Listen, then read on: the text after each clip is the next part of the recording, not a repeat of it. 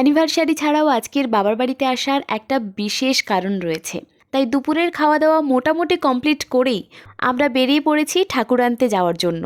সকালে যে পুচকুটাকে দেখিয়েছিলাম, আগামীকাল তার অন্নপ্রাশন, আর সেই উপলক্ষেই বাড়িতে হবে পুজো। গাড়িতে ওঠার পর থেকেই এত পরিমাণে হাওয়া দিচ্ছে, আমরা প্রত্যেকে এক একজন মঞ্জুলিকা হয়ে যাচ্ছি। কিন্তু আমরা সবাই ভীষণ মজা করেছি। আজকে আমরা রাধা গোবিন্দ ঠাকুরকে নিতে এসেছি।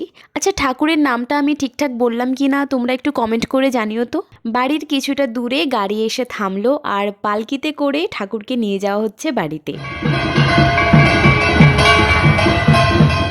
ঠাকুরের জায়গাটা না ভীষণ সুন্দর করে সাজিয়েছে, আর যেহেতু এটা শীতকাল তাই ঠাকুরকে টুপি পরিয়ে রেখেছে।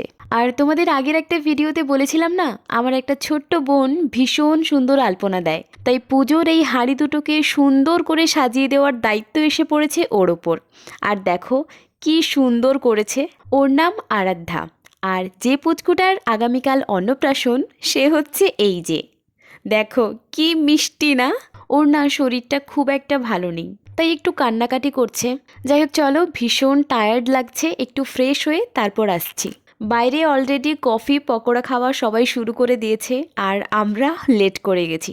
পুজো বাড়ি ছাড়াও আমাদের মেন একটা অ্যাট্রাকশন হচ্ছে ভীষণভাবে গল্প মজা করা। আজকে ডিনারে ছিল ভোগের খিচুড়ি, আলুর দম, চাটনি আর সাথে মিষ্টি। খাওয়া দাওয়া শেষ করার পরেও আমরা আবার কফি খাচ্ছি, আর খেতে খেতে যেটা মাস্ট সেটা হচ্ছে গল্প। যাই হোক, একটু সময় গল্প করেই আমরা চলে গেছিলাম ঠাকুরের কাছে, কারণ ওখানে কীর্তন হচ্ছে। সারা রাত কীর্তন হবে, অতটা সময় হয়তো জাগতে পারবো না। যাই হোক, চলো আজকের আসছি, দেখা হচ্ছে তোমাদের সাথে পরবর্তী কোনো ভিডিওতে।